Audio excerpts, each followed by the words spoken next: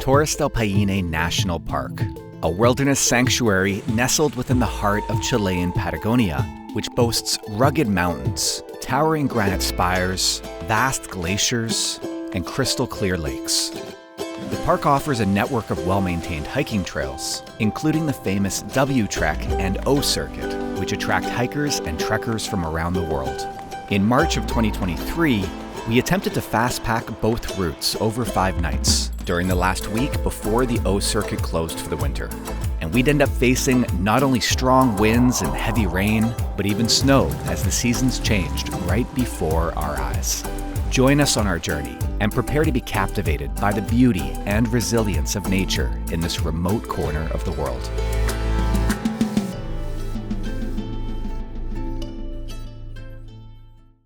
Located in the southernmost region of Chile, Torres del Paine National Park covers an area of approximately 1,800 square kilometers. The park is centered around the Paine Grande Massif, which is the focal point for both the W and O Circuit.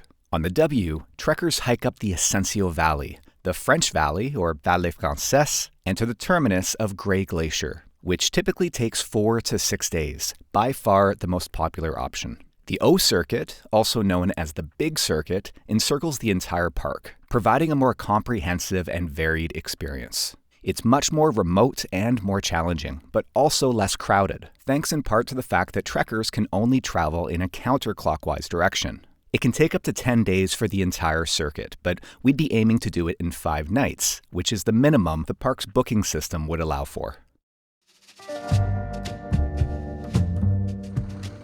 We hopped on a bus from nearby Puerto Natales for the 2-hour drive to the park entrance. This was actually our second time visiting the park, since we'd been here the week prior for a day hike up the Ascencio Valley, while hosting an 8-day group tour of the region.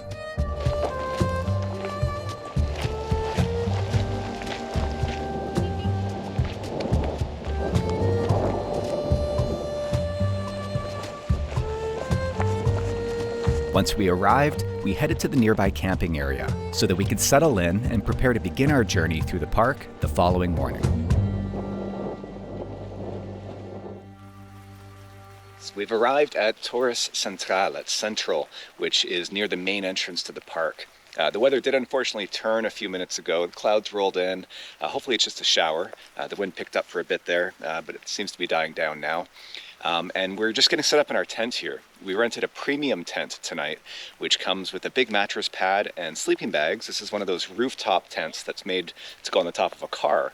They look brand new, actually. I'm assuming these are new for this season. Definitely the most expensive of the camping options. You can also pitch your own tent. That's by far the cheapest. Or in between that, you can rent one of these cheaper tents. That comes pre-set up as well. The most expensive option is by far to stay in the refuge, and there you can rent either a private room or stay in one of the bunks. But we're going to save that for tomorrow night. But we did pay for full board, meaning we have all the meals, which we're going to go take inside the refuge. So dinner tonight, breakfast in the morning, and a packed lunch to go. So lots of options depending on your budget, and we will show you the refuge tomorrow night. But for now, let's check out this tent. Hi. Hi. Cozy up there? Really cozy up here, yeah? Warm, it's dry.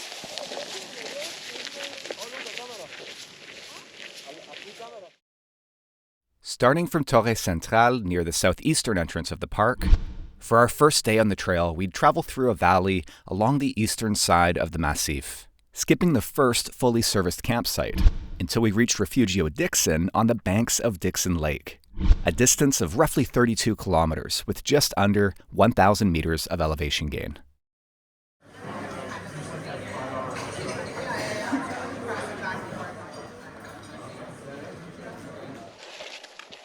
All set? Almost. Just took off the puffy. Cool. So we are on our way. Day one. We're going to go basically as far as the park will let us today, about 32 kilometers out to Dixon, to the refuge where we'll spend the night. It's a beautiful day, completely blue skies. We'll see if this holds up throughout the week. Probably not. It's still a little bit cool this morning, but I think as soon as that sun hits us, it's going to be quite warm. Yesterday was super warm in the afternoon when we arrived, so We're starting out a little bit cold here in terms of our layering. Of course, we've got lots of spare clothes in our packs. So here we go.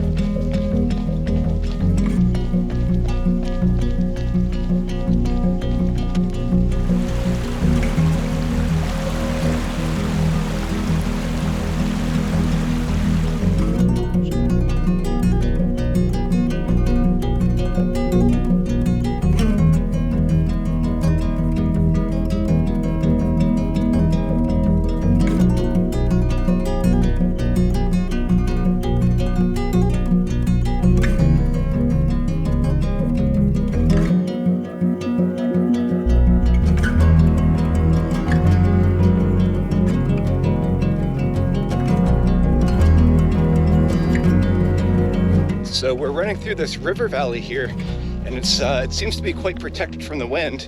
So far there's been a ton of water sources to filter, although they actually say that you don't need to filter the water here in this region. It comes right off the glacier, but you never know what might have curled up and died in the water. What do you think so far? So easy. Yeah, I think we're saving the hardest for last. We're just easing into it today. Our approach on this is similar to what we did on the Tour de Mont Blanc in terms of gear and pacing, although there's significantly less elevation change on this route. But basically means jogging the flats, running the downs, but hiking pretty much all the ups. And here we'll have 3 big climbs, the first being in 2 days up through the pass, which is going to be super windy. We could have some snow. And then 2 more big climbs as we head up each of the valleys towards the end on the W Trail.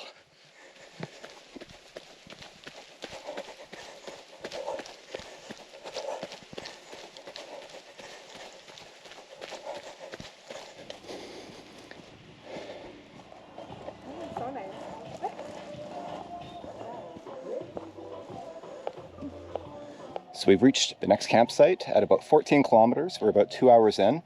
This one we can skip, fortunately, because it would make for a pretty short day. We are going to stop here for a quick bite, maybe half of our packed lunches, and then continue on our way to Dixon. What's in the packed lunch? So we got a chicken and vegetable sandwich. That's actually really good. A green apple, a protein bar, a little chocolate bar, and some like a nut mix. Pretty good.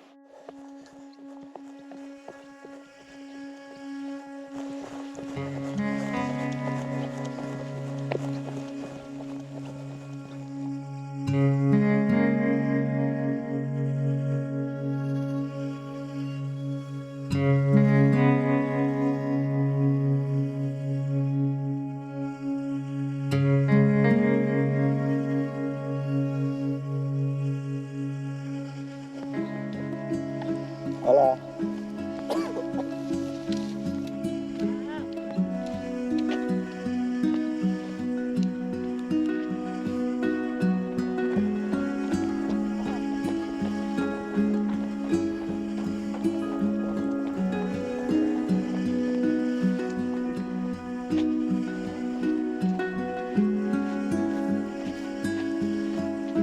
So it's like our first real climb today. Went over this pass here.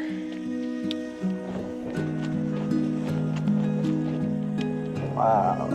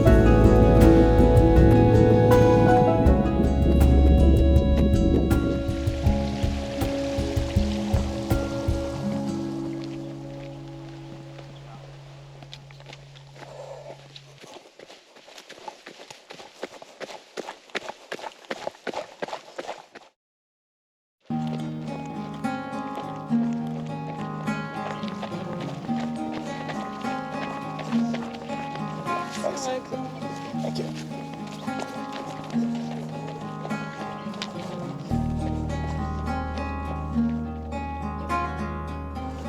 Well, I think we're going to stop here and finish our lunch.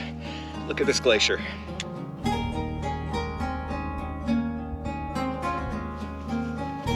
Just a few kilometers to go here, and we were just noticing that we are pretty much now on the other side of the towers, Las Torres. You can see them poking through over that ridge right there.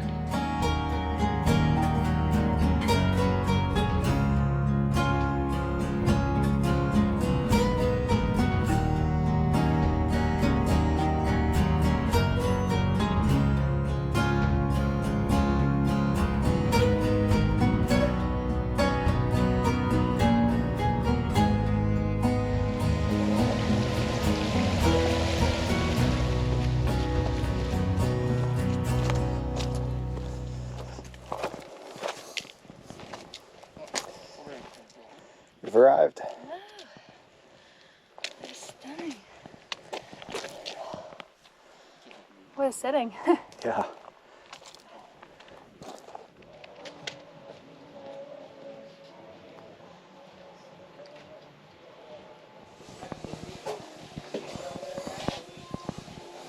Kubo? Kubo. That's us. So we have 2 beds and a private room. Very cozy. And there are hot showers, dinner at 6, breakfast at 7:30? 7 a.m. 7 a.m. Let's see what the bunks look like here. It's pretty close quarters.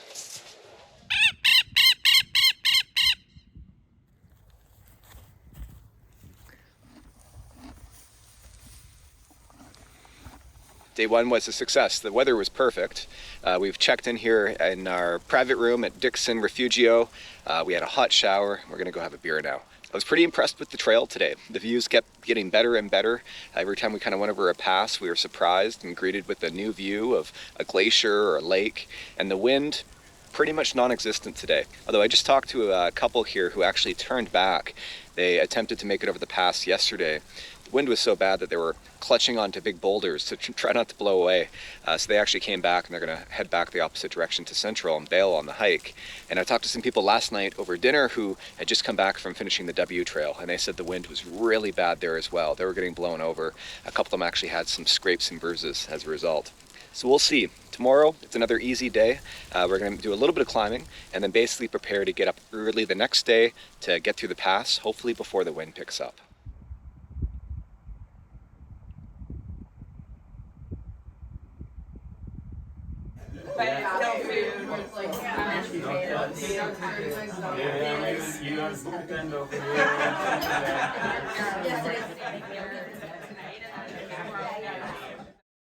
Day 2 would be the shortest, at only 12 kilometers, with 560 meters of elevation gain, as we traveled to Los Perros campsite, where the park required that we stop for the night.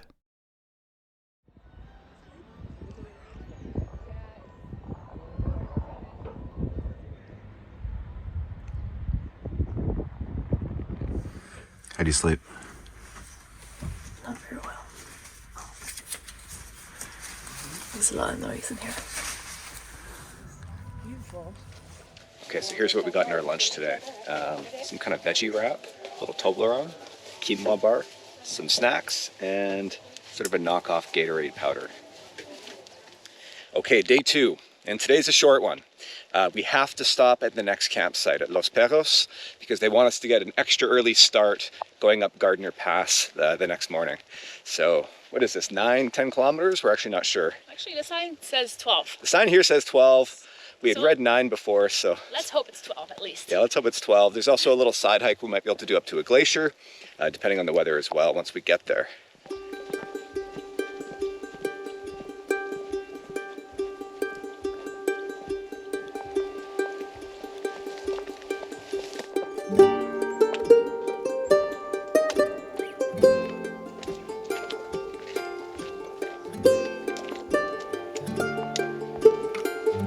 This part of the trail is feeling very coastal.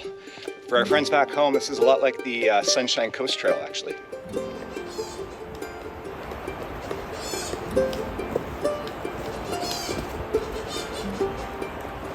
Sounds like Woody Woodpecker.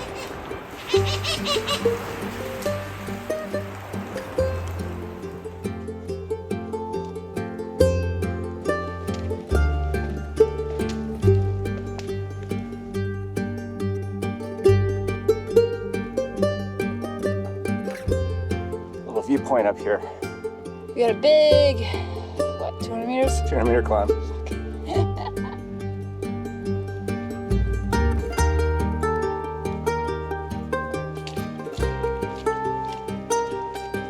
This is gorgeous. It's like the land before time.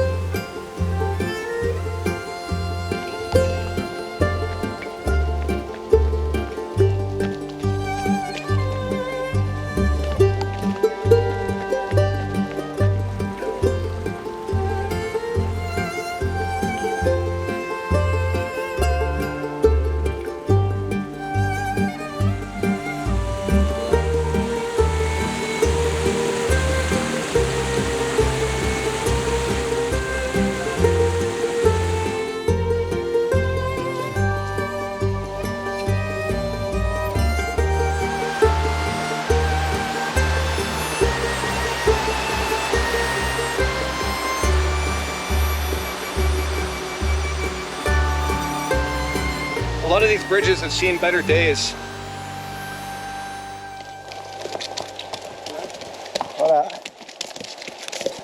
Really came out of nowhere, I hey? expected like a slow moving train. They just came running. We figure those are the horses restocking Los Perros, where we're going. Coming from Dixon, where we just were, Dixon gets restocked via boat. There's a boat that comes up the river, and yesterday was apparently the shift change, the weekly shift change for the Rangers. So presumably they resupply at the same time. And it looks like they just ran the supplies up to Los Perros this morning as well.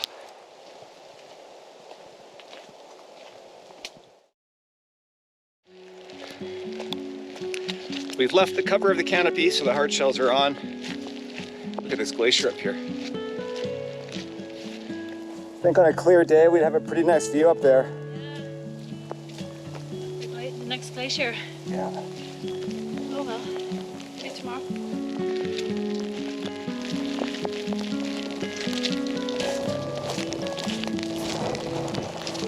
Oh wow.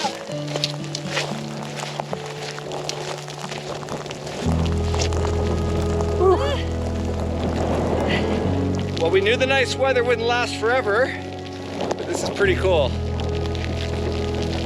All right, let's get out of this rain.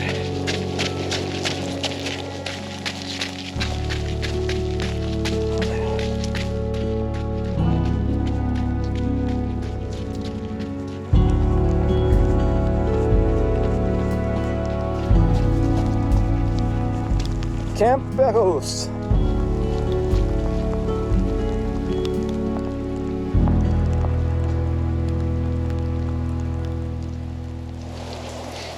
So check-in is until 1 o'clock, so we've got a couple of hours to kill. That's something we didn't really consider, but in the meantime we're setting up camp here on the balcony to get some shelter from the rain.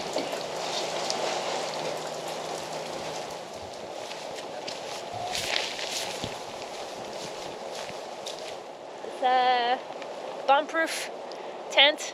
It's actually pretty insulating, which is good news because it's windy and cold over here. So it came with 2 comfy sleeping pads, and we have our own sleeping bags, but I think I'm still going to be cold because it's only 0 degrees. So we just rented one of their big heavy-duty sleeping bags as well for extra warmth for tonight. And our running clothes are pretty wet from today, but I think what we've decided to do is tomorrow we're just going to wear all of our base layers and our waterproof gear, which is dry at the moment, for heading up through the pass, because that was our plan anyway, to pretty much put on all of our warm layers. And then when we get to the next refuge at Gray, we have a room rented again, so we'll be able to dry all of our stuff out tomorrow, because I think trying to dry our stuff out in this tent, in this environment, is probably futile.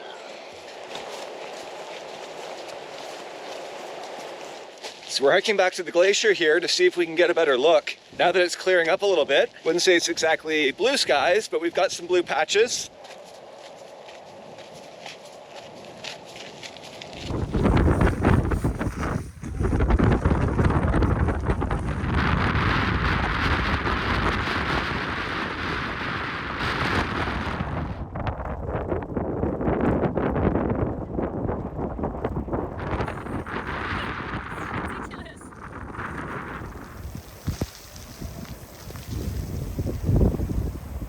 think everyone else has arrived by now. This is pretty much the roughly 70 people that would have been at Dixon, where we just came from. At this point, everybody is on the same itinerary, so we're also going to see all of the same roughly 70 people tomorrow when we make it through the pass to Gray. How is it? First time I have rice. It's nice.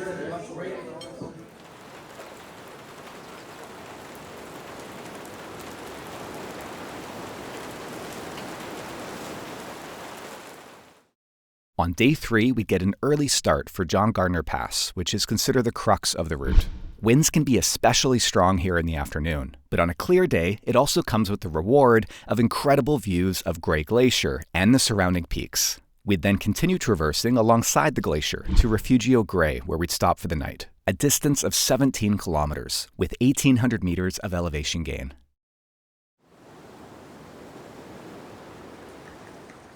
Voy a llamar café de la montaña, café de la sierra, cerrero.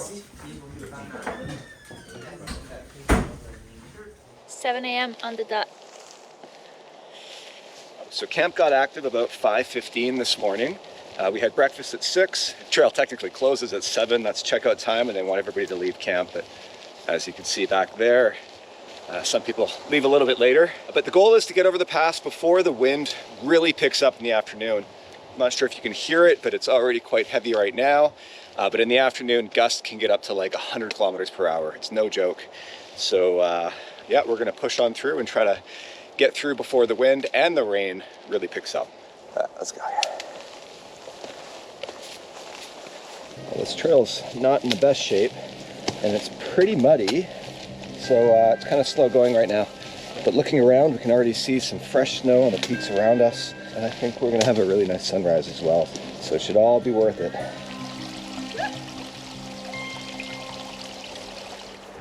Oh, cool.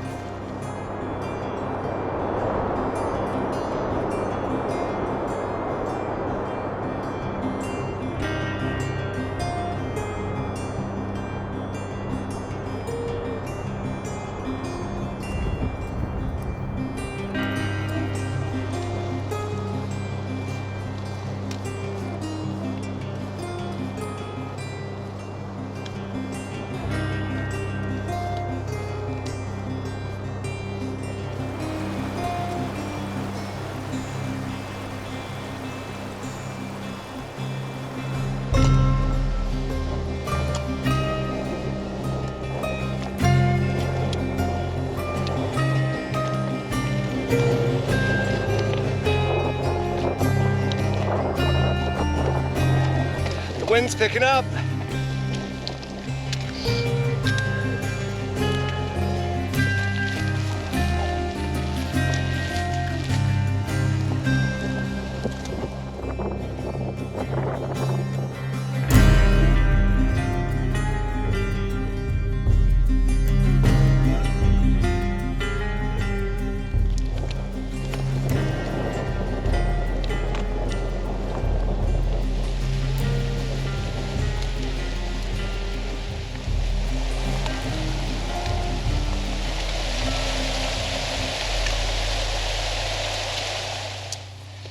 So it's a little icy. Crampons definitely wouldn't hurt.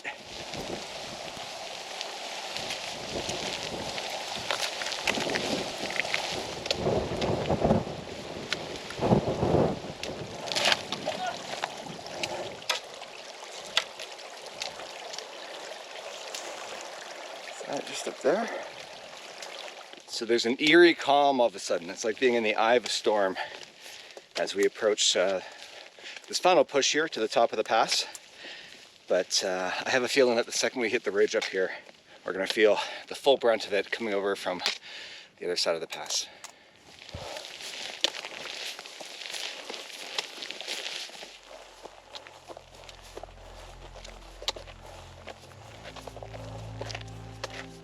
There's no wind here. Whoa! Oh my God. Woo!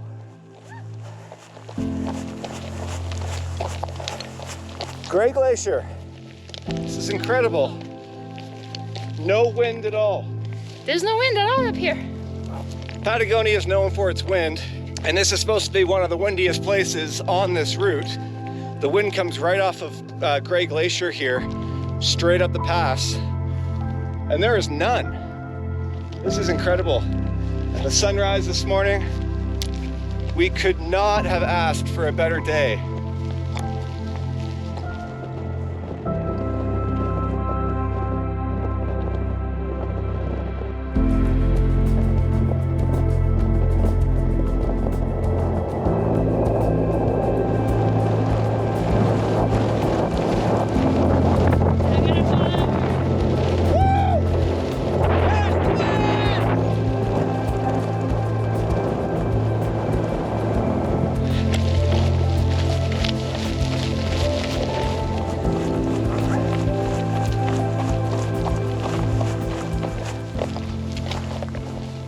These are definitely puma paws.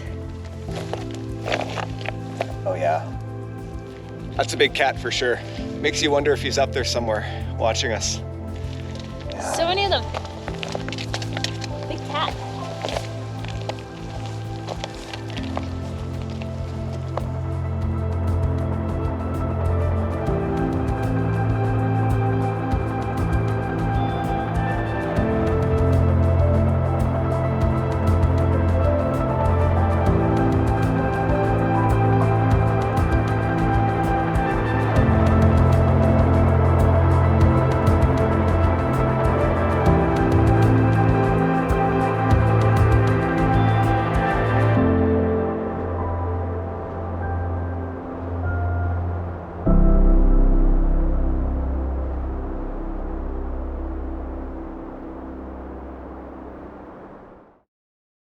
So we're just hiking back up to the pass because the light looks beautiful up there on those peaks. We caught the sun cresting over the glacier now, but we want to go back and see what it looks like in the valley behind us. And this will have the added benefit of warming us back up before we start descending, because we'll probably be pretty cool on the dark side of the pass.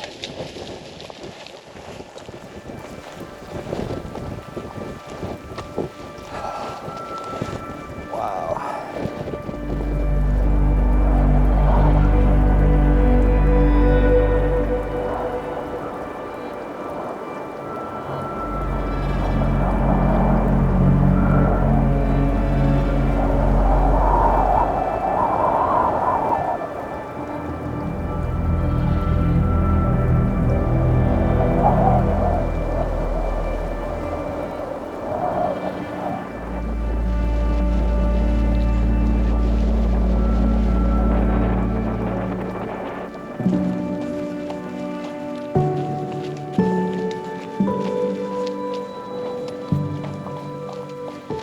Absolutely nowhere else in the world I'd rather be. Hey babe. Yeah.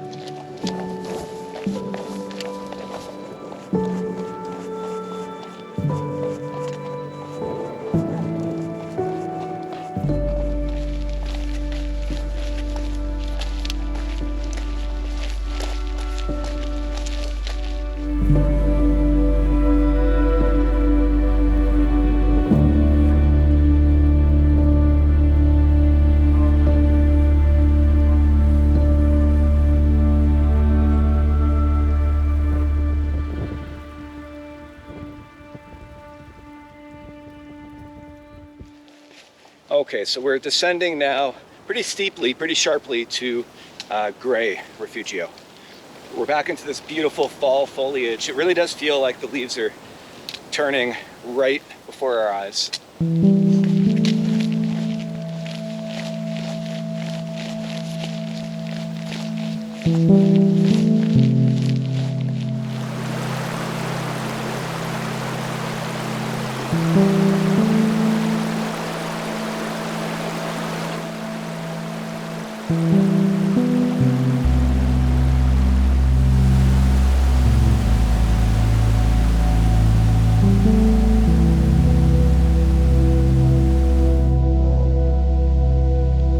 Five-minute break? Yep. To eat lunch?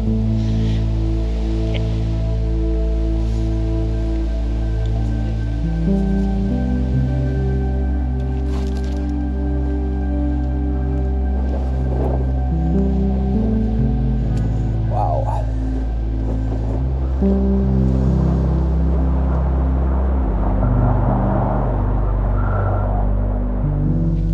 Southern Patagonian Ice Field, one of the largest ice fields outside of Antarctica and Greenland, is located west of the park and feeds the park's glaciers, including Gray Glacier, which is the largest glacier in the park at 6 kilometers wide and covering an area of approximately 270 square kilometers.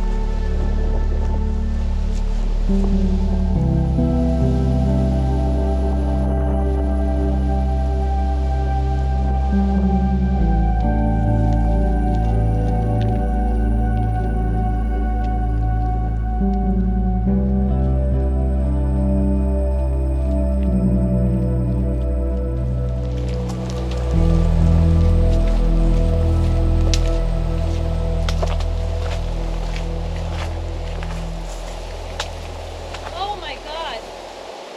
Oh. What do you think? That bridge is a bit scary.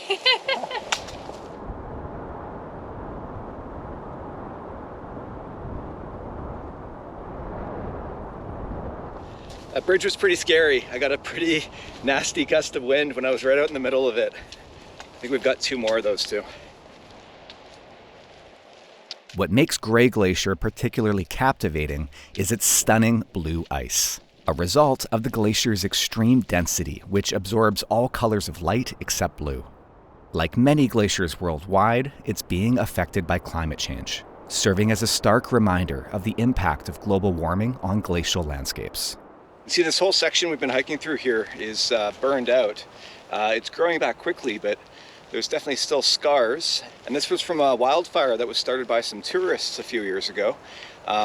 There's no fires allowed in the park, because when fires do start, they spread really quickly because of the wind. And the wind makes them very difficult to put out as well. And that was the case here. This one burned for quite a while. They don't get much lightning here, so there aren't many fires naturally. So when they do start, they can spread really quickly. Oh my god. This one's even higher.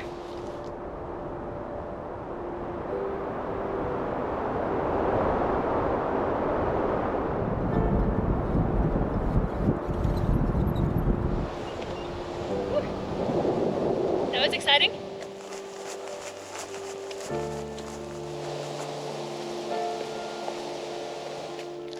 This looks to be our 3rd and final bridge for the day, just right up here.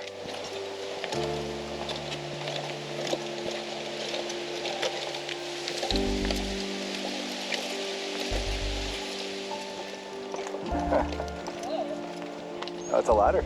The ladder.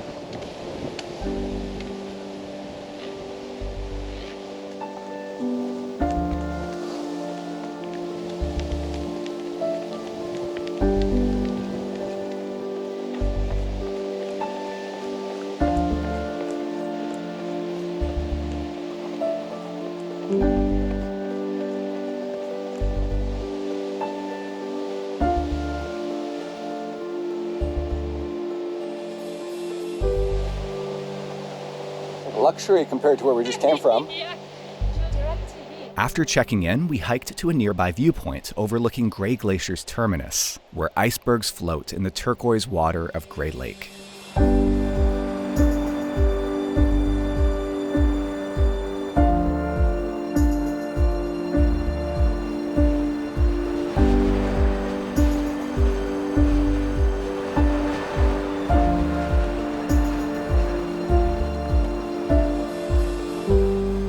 Today was more than we could have asked for when it came to the weather. I think we were hoping we'd get a break in the rain, but we ended up with probably the best weather you could ask for in Patagonia. A lot of sunshine, yeah. Sunshine, very blue lucky. skies. Views the whole day. The trail was a little more technical, I think, than we anticipated. So the day did take a little bit longer. Fortunately, we had a big buffer, of course. We figured we'd do it in 4 or 5, and it took us 6.5. Call it 6 if you deduct some of the back and forth we did for video and photos. Yeah, we thought that the worst of it would be going up and over the pass, and that we'd be in the clear afterwards, but the trail actually stays like pretty difficult the whole way. Like it's up and down, and it's rooty and muddy, and lots of like big steps, and in some places you're also like really near the edge, so if you're carrying like a big pack, it'd be maybe even a little bit sketchy if it was muddy. Yeah, I think with a big pack it would be quite difficult, but even with a light pack it's not quite as runnable as we maybe anticipated it would be. So we're all checked in here at the Grey Refugio. We have a shared room with 2 other women, so we're in one of the bunks. We've had hot showers. There's a kitchen and a bar inside. We're going to have dinner here in about a half an hour at 6 p.m. Feels pretty luxurious compared to last night's at Los Perros. If you had an extra day, you can even rent kayaks here. And this is all because there's a boat that comes here. So there are tourists coming for the day, and of course it's the start of the W Trail. So we're back with the crowds, pretty much back in civilization. How was it, guys, compared to last night? No comparison. This is a feast. Yeah. Day 4 would be our biggest day, as we attempted to do the first half of the W, continuing past Refugio Paine Grande before climbing to a viewpoint at the end of the French Valley, or Valle Frances, which is said to offer breathtaking panoramic views. We'd then retrace our steps all the way back to Paine Grande, where we'd stop for the night, a total distance of 39 kilometers, with almost 2,300 meters of elevation gain.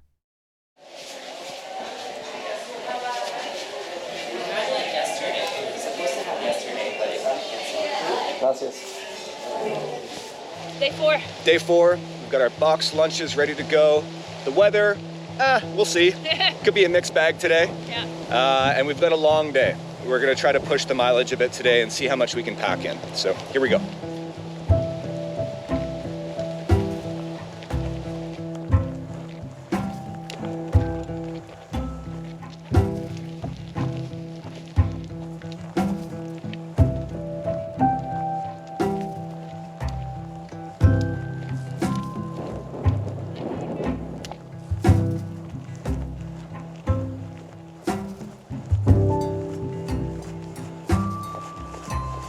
Already too hot? Yeah, same. Yeah, it's hard to regulate your temperature on this route. You'll heat up, but then the wind picks up and you get really cold again. So the shell tends to come on and off quite a bit throughout the day. Yeah.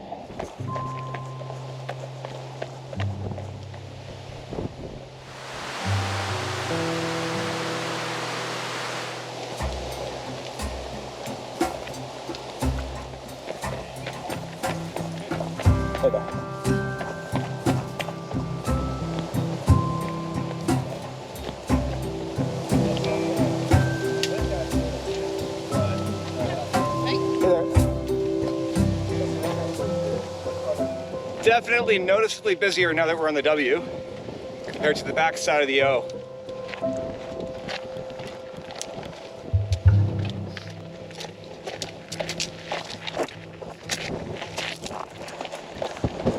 Want to stop here? Yeah.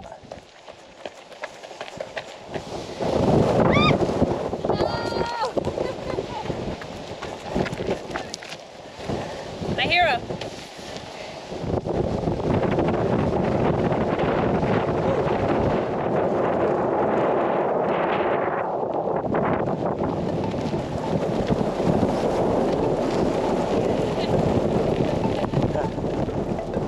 Let's get out of here. What's that? Let's get out of here. Okay, let's go. A little gusty.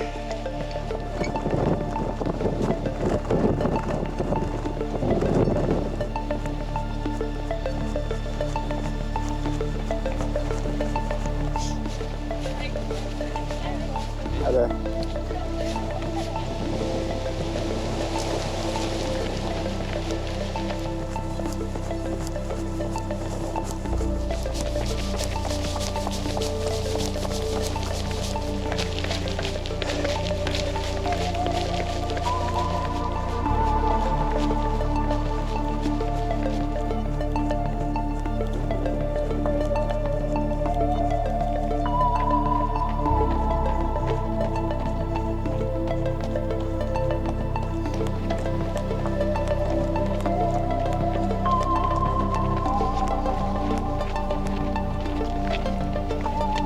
Well, it's definitely getting busier. We've probably passed 40 people in the last 2 minutes. Hi there.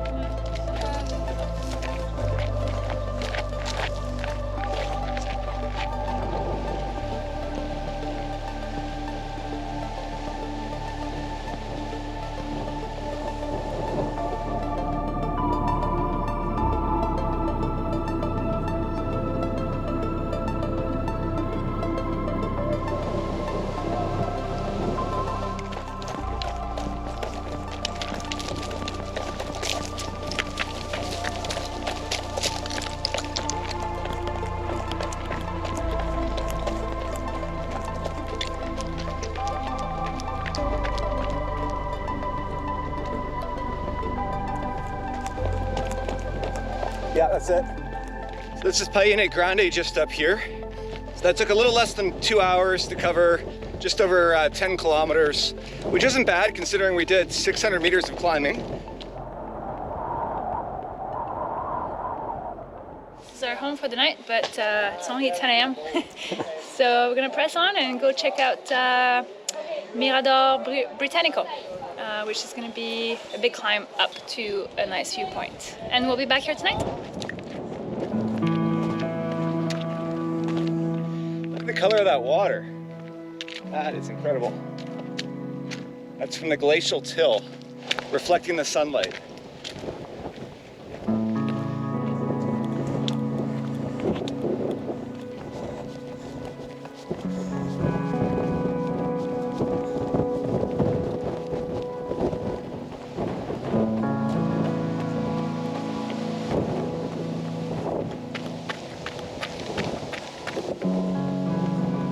Patagonia is known for its strong and unpredictable winds, and Torres del Paine is no exception, which is host to a variety of unique plant species adapted to the harsh Patagonian environment.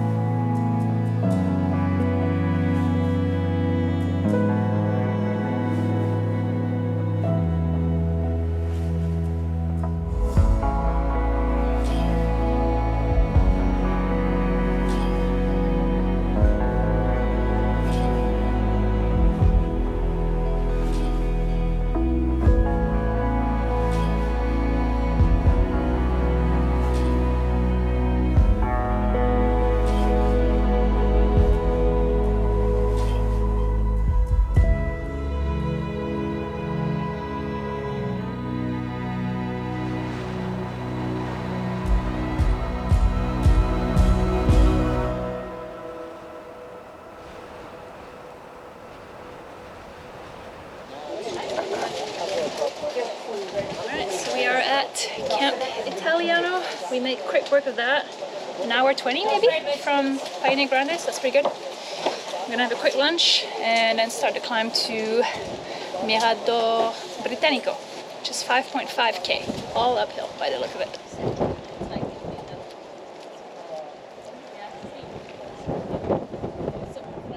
Okay, so we had a quick bite and now we're heading up the valley.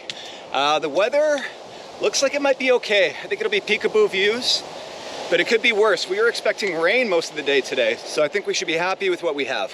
I'm very happy with what we have.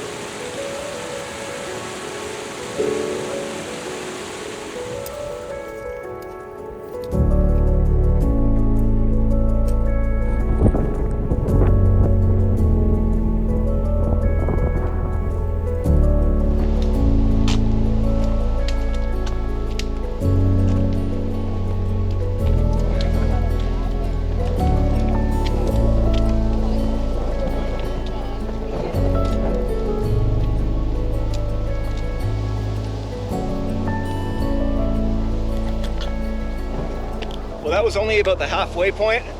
We've got 3 kilometers to go and about half the climbing still. We're getting back into those beautiful fall colors here.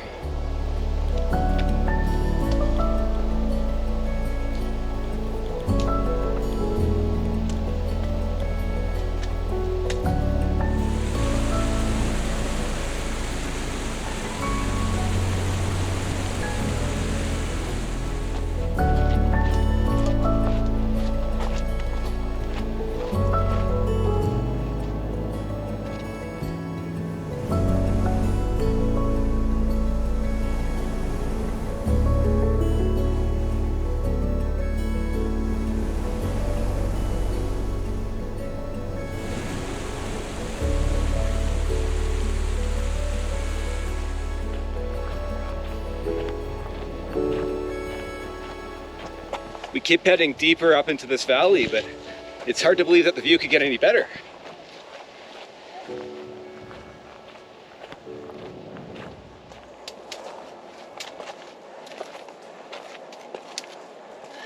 Last little push.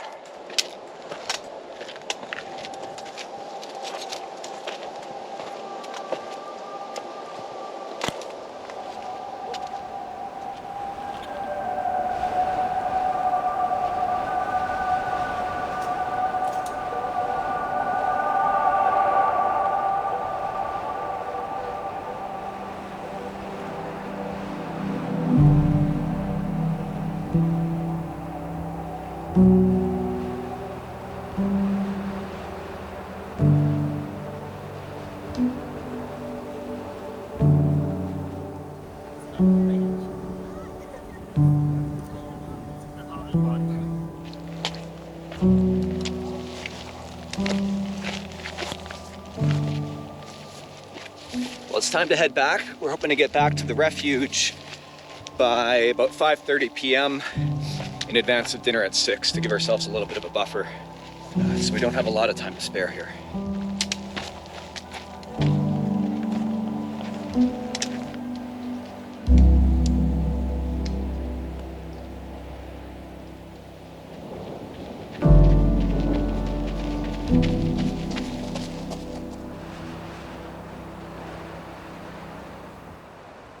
All right, so we arrived here at Refugio Paine Grande pretty much at 5:30 on the dot. We had hot showers and then went for dinner at 6 o'clock, which was a huge buffet with some actual vegetables. We had a glass of wine, and now we're just settling in, relaxing, and preparing for another big day tomorrow as we make our way over to Chileno and hopefully up to the base as well.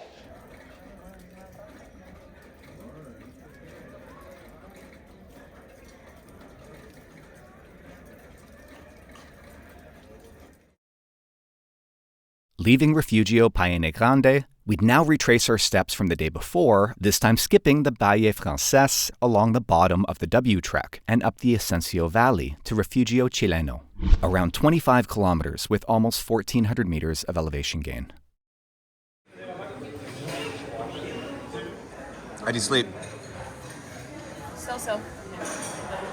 One of our roommates was snoring.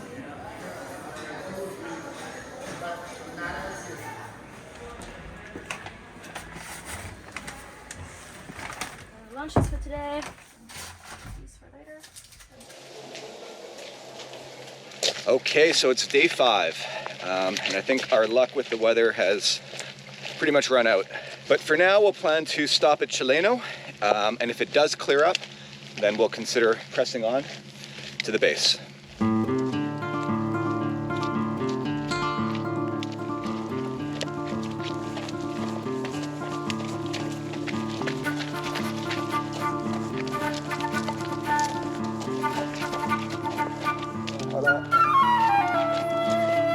I'm really glad we did this yesterday, Yeah. because today we cannot see anything at all. Would have been a shame.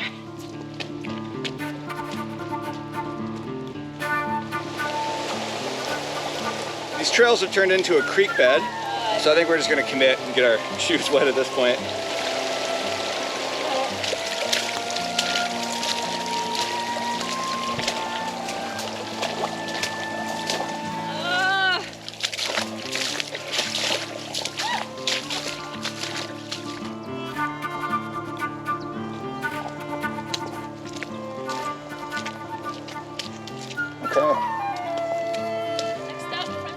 back at the junction for Refugio Italiano, where we went up the valley yesterday.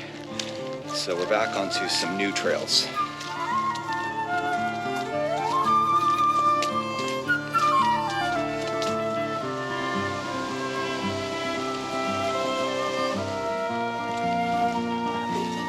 Voila.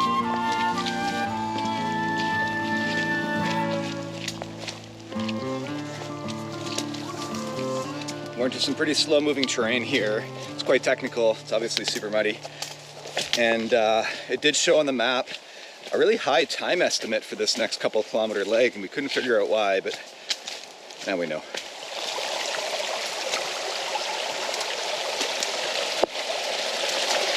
No offense to whoever built these trails. These are not what I would consider well-built trails. I think we've been spoiled by the good folks back at home at the North Shore Mountain Bike Association. World-class trail builders. They use techniques like grade reversals. Otherwise, they just become creek beds like this. Bit of a viewpoint here.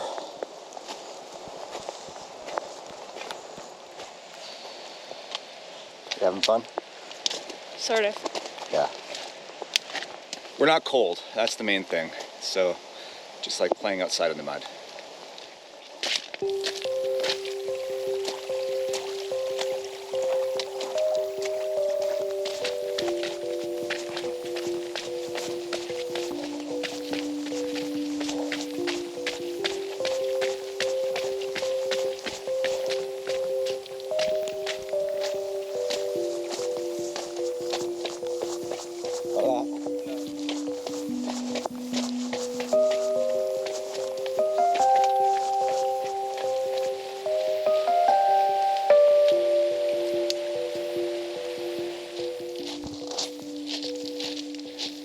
We're back down at water level. The rain is only getting worse. It's getting much harder actually, especially now that we're out in the open. The wind is a little bit stronger out here as well. I think we're gonna probably stop at camp, maybe have a snack, and I think Audrey's gonna put her waterproof pants on.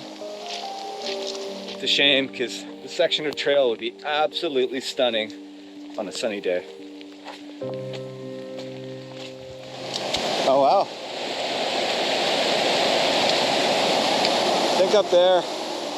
Wow, this river's no joke. It's really moving. We're already pretty wet, so it's not gonna make a huge difference, but obviously, you gotta think about safety as well.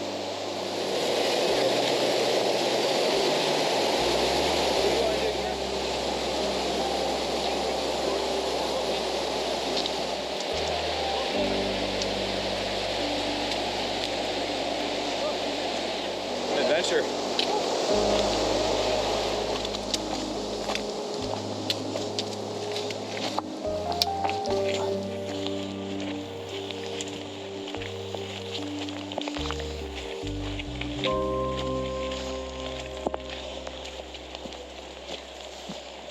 We decided to camp out here at Cuernos for a little bit to warm up and dry off, have some warm coffee, and eat some of our lunch. We've got 12 kilometers left to Chileno, where we're going to stop for the night.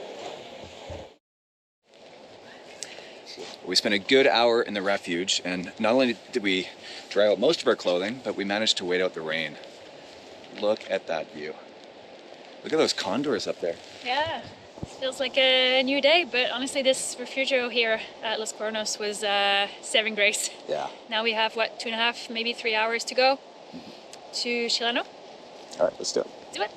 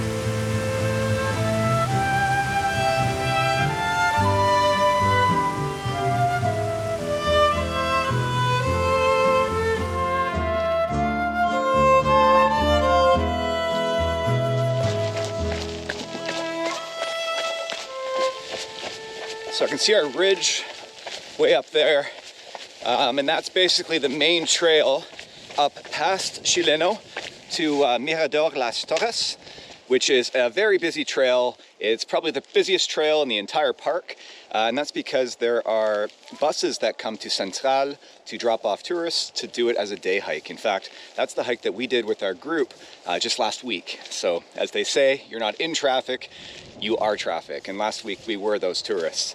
But fortunately for today, it'll just be for a few kilometers till we get to Chileno. And then tomorrow morning, we'll be getting a very early start to do the sunrise hike, which means we should have the trail mostly to ourselves.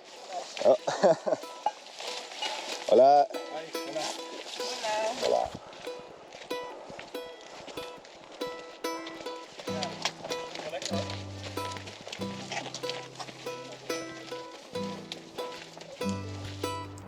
Torres del Paine was designated a UNESCO Biosphere Reserve in 1978 in recognition of its unique ecosystems and biodiversity.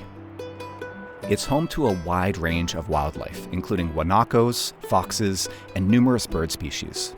It's considered one of the best places in South America to spot pumas in the wild. Our cozy home for the night. I'm definitely looking forward to a beer. The park's conservation efforts aim to strike a balance between preserving its pristine landscapes and wildlife, while still allowing responsible and sustainable access for visitors to appreciate and enjoy its natural beauty.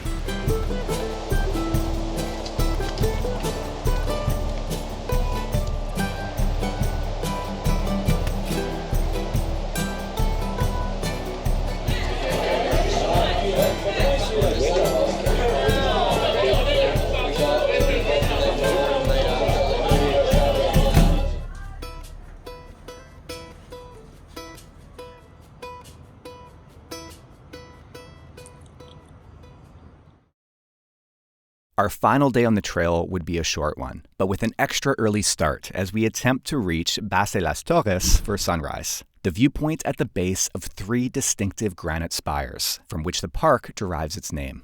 We then run back down the valley to the park entrance, a total of 16 kilometers, with a little over 800 meters of elevation gain.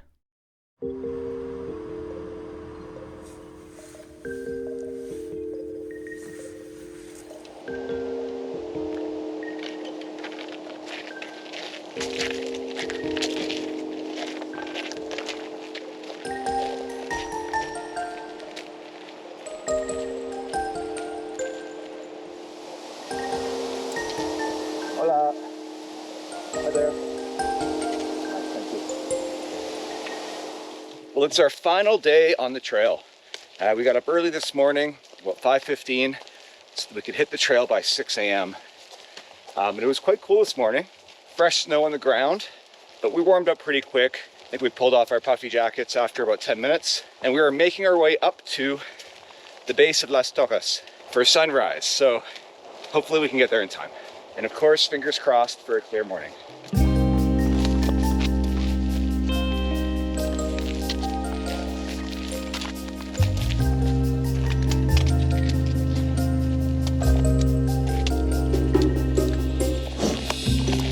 Noticeably colder up here.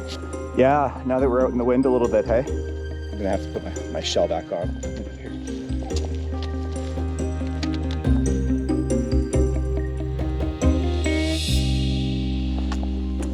Oh, we're almost there. What do you think? Yeah, it's gonna be gorgeous. The sun's just coming up and the tower's already looking kind of pink.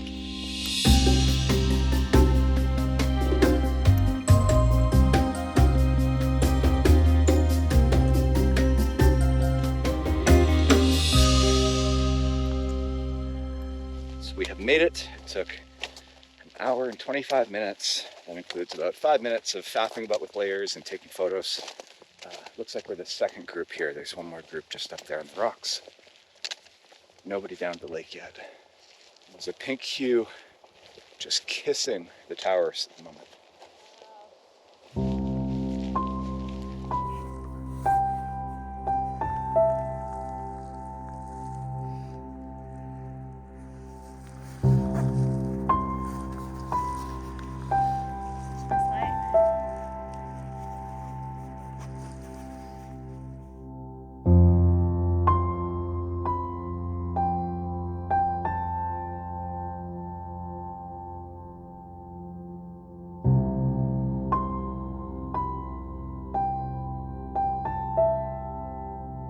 Okay, so we're all cozy here in our sleeping bags. I've got 2 different time lapses set up with the GoPros.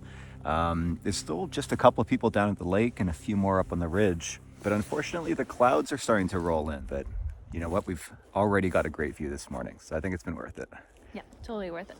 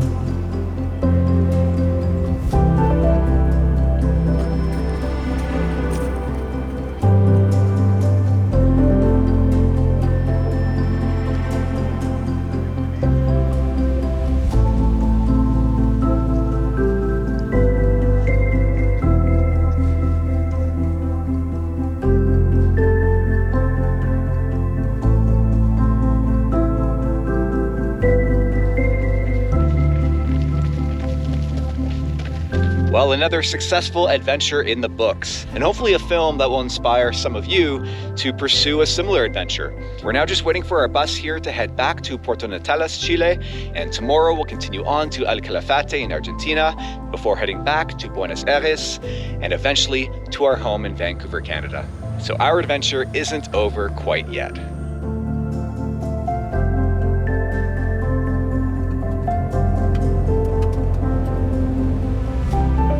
Our supporting channel members can learn about all of the logistics, including our gear, how we booked the refuges, and the costs. To become a member, click the Join button from within a web browser.